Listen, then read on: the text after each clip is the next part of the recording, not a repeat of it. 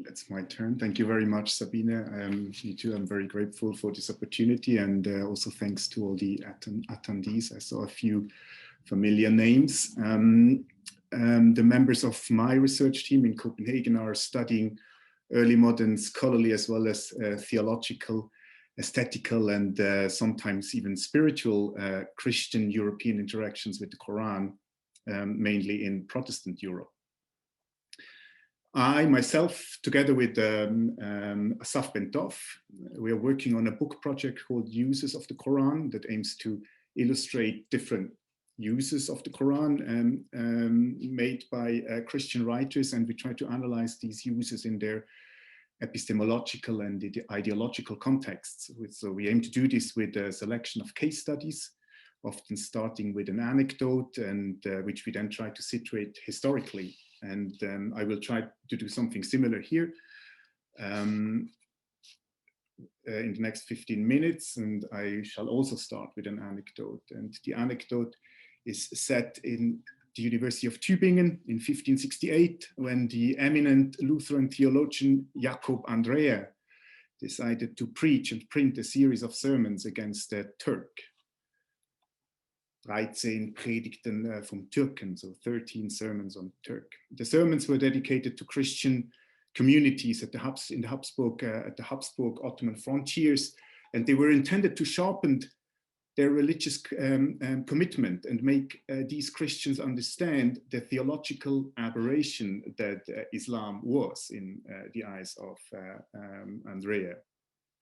However, what distinguishes Andreas Türkenpredigt from the many anti-Ottoman sermons held before him is the fact that this was the first one to offer a detailed refutation of the Quran based on Theodore Bibliander's Latin Quran edition from 1543. Just to give you a quick impression, just on this random side, how many references and quotations to different surahs of the Latin Quran are made. But wanting to make sure that this Latin Quran by Bibliander offered an accurate translation, Jakob Andrea went to extraordinary lengths to verify this medieval translation. He himself didn't know any Arabic to authenticate the translation himself, so he decided to send the Slovenian reformer Primož Trubar to Ljubljana in 1567. And he gave Trubar a selection of Quran verses, which he had taken from Bibliander's Latin edition, and ordered him to interview Muslim prisoners in Ljubljana, of which there were quite a few at the time in that summer, and to authenticate these quotations from the Latin translation. Trubar was to find out what the religion and belief was, what their religion and belief was nowadays, noting the most important positions of the Al-Quran taken from the printed translation, is the Bibliander's translation from the Arabic language, writing down what they, the prisoners, thought of this or that article without showing them what is written in our Al-Quran, and sending those answers back to me. Unfortunately, Trubar's report and the answers of the prisoners have not survived, but Jakob Andrea was apparently very pleased. The answers seem to have convinced him that Bibliander's edition contained the most accurate translation of the Quran. I have compared, he writes, I have compared the answers with our Al-Quran and found that their answers correspond completely with the Al-Quran. And what is more, Trubar's report also convinced Andrea that we now know actually and with most certainty what the Turkish faith and religion is, so that we can warn against it on the basis of the lasting foundations of the truth. And I will come back to this reducing of Islam to the Quran in a moment, something that is very different to what we heard in Mercedes' talk. Such Türkenpredigten are a wonderful source to study 16th century Christian concepts of the Ottomans, the Quran, and of Islam. And by reading Andreas' sermons and the many others that were held and printed after him, a few notable things can be learned. The first thing is what I would like to call the confessionalization of Islam. Sermons were an important tool of catechetical instruction during the 16th and the 17th century. in the fragmented and competitive religious landscape of the time, they were used to raise the ability of the common people to distinguish between correct and false articles of belief. However, with Bibliander's publication of the Latin Quran, Christian religious groups start to define their own religious confession, not just against other Christian confessions, so Lutherans against Catholics, Catholics against Lutheran, Lutherans against Calvinists, and so on, but also against Islam, by detailed expositions of the many points in which Islam, or the Quran, deviates from their own catechism. Islam, in other words, becomes an intrinsic part of the many attempts to demarcate orthodoxy from heterodoxy that is so characteristic for the age of confessionalization in the 16th and the 17th century. A very illustrative example for this trend is the pastor Johann Lauchius, who held his 31 Turkish sermons in 1598. He explicitly structured his detailed account of the Quran and Islam according to Christian catechisms. I quote, "For which reason I consider it necessary," Lauchius preaches, "to present the main points and content of the Turkish Al-Quran and faith according to our catechism, nach der Ordnung unseres christlichen Katechismus, so that you get to know your arch-enemy, the Turk, completely." Secondly, there is a clear tendency, particularly among these early Lutheran authors and ministers until long into the 18th century, to identify or reduce Islam to the Quran. So for them, refutation of Islam was done solely on the basis of their reading of the Quran. The background of this clearly is the Protestant sola scriptura concept. The Protestant sola scriptura approach was a powerful driver for the development of Oriental philology in Europe. Obviously, the development of Hebrew studies in the 16th century hinged on the idea that theological controversies could be solved on the basis of an accurate understanding of the original biblical texts. And this again also had an impact on the learning of Oriental, or as we would call them now, Semitical languages. It is well known how the study of Arabic, particularly, developed parallel to Hebrew studies, as Arabic was often conceived to be almost identical with Hebrew, and that via Arabic some of the secrets of the Hebrew texts of the Bible could be unlocked. But what is more, I think that the example of Jacob Andrea and others can show us is that the sola scriptura principle did not only apply to the biblical texts, but naturally also applied to the reading of other religious texts, such as the Quran. The implication of this fixture on the text was a need for accuracy of the textual base, either through a good translation, through your own linguistic skills, or through the use of native informants, as we saw in the case of Andrea. In this dogmatic hermeneutical competition on a textual basis, clearly lies another strong driver of Christian European interest in the Quran and in the many attempts to improve the philological tools to understand the text. And there's plenty of evidence that shows the privileged role that the Quran played in the learning and teaching of Arabic, particularly, but not exclusively, in Protestant Europe. No book is more convenient for the inexperienced beginners in Arabic, wrote Bibliander in his 1543 edition, than the Quran, because of the ease in reading, since it includes the vowels and other additions to the letters that are lacking in other books, and because it observes Arabic grammar. Just as in the Hebrew language, no book is more appropriate for learners than the Bible. Thomas Aepinius, the great Leiden Arabist, is said to have developed his groundbreaking Arabic grammar from 1613 by reading through the Quran 4 times, combing it each time for some new grammatical point.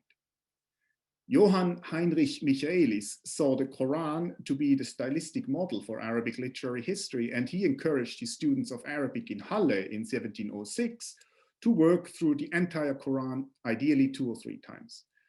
And his great nephew, the famous Johann David Michaelis, wrote later that he would always have taught his Arabic classes in Göttingen with the Quran. Among the advantages that Michaelis lists was the great availability of Quran manuscripts in Germany since the Turkish Wars between 1683 and 1697. In fact, Qur-an fragments looted during wars against the Ottomans were the first texts with which the very pioneers of Northern European Arabic studies would start to try to get a grip on the difficult language. In a time when there were no grammars or dictionaries available for Arabic.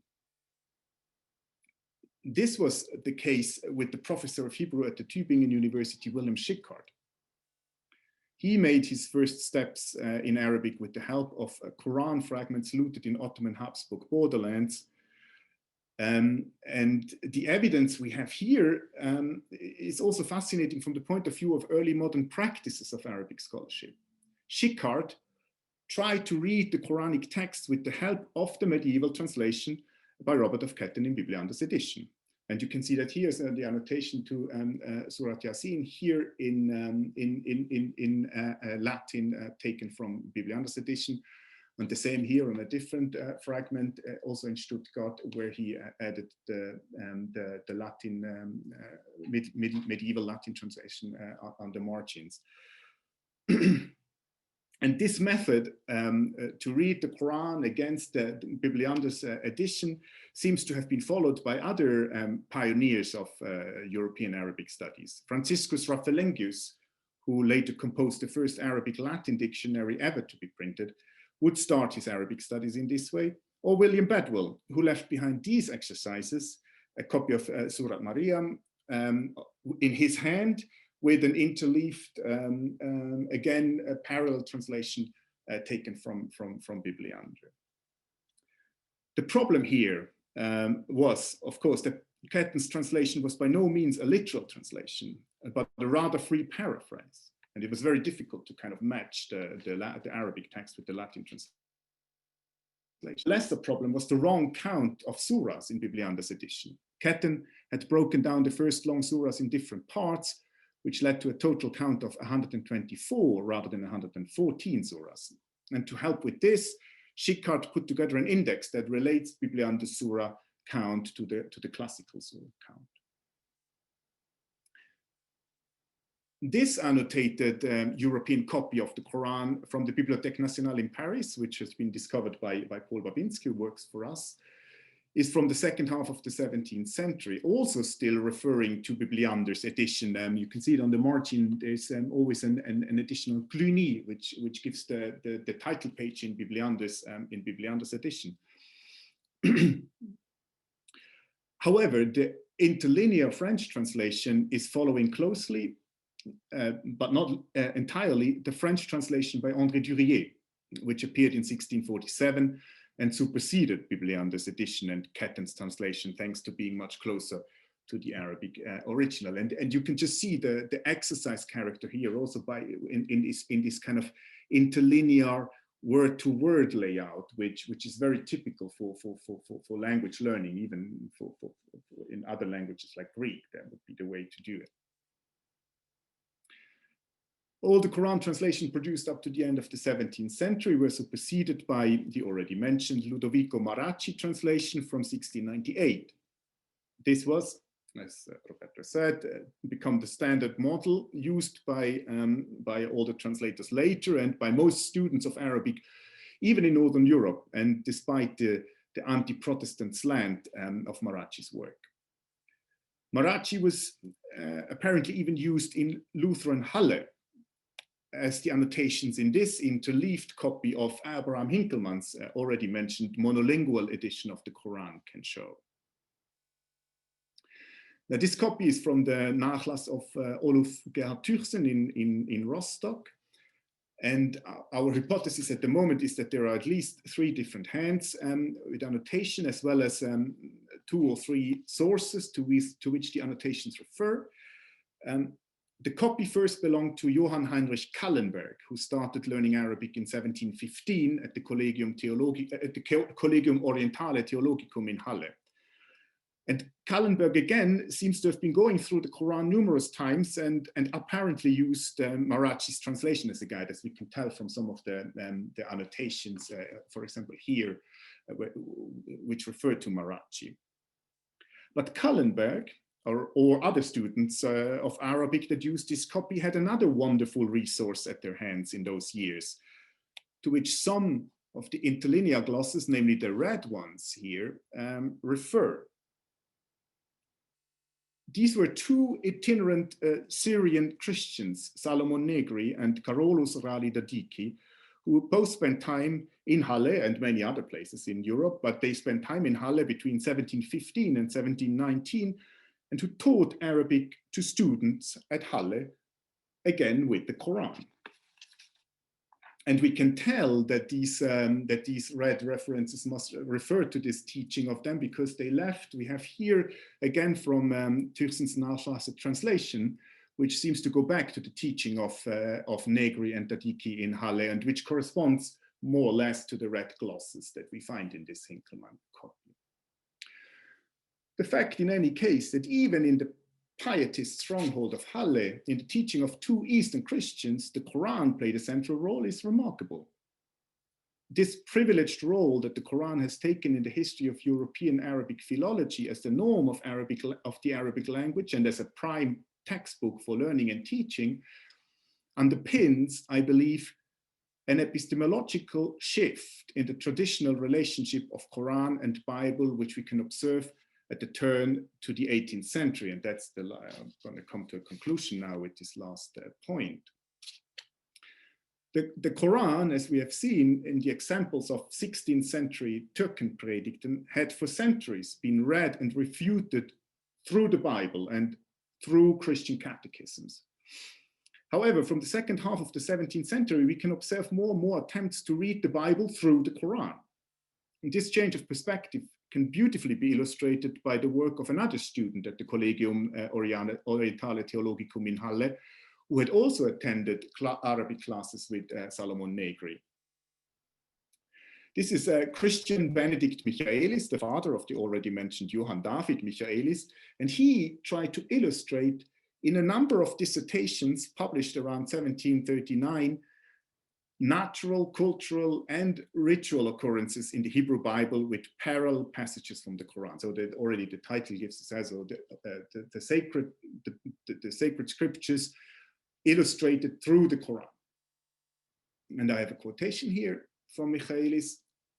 For the Arabs, he writes, Michaelis, in these dissertations, who are of the same blood as the Hebrew and share common ancestors in Abraham, have a lot in common with them, be it in language as well as in manners and customs. I have collected traces of their similarities in the Quran and collated them with biblical texts, because the cult and rituals of the Hebrews and the sacred expressions can often be better interpreted through the Quran than through Greek or Latin authorities, be them historical or poetical.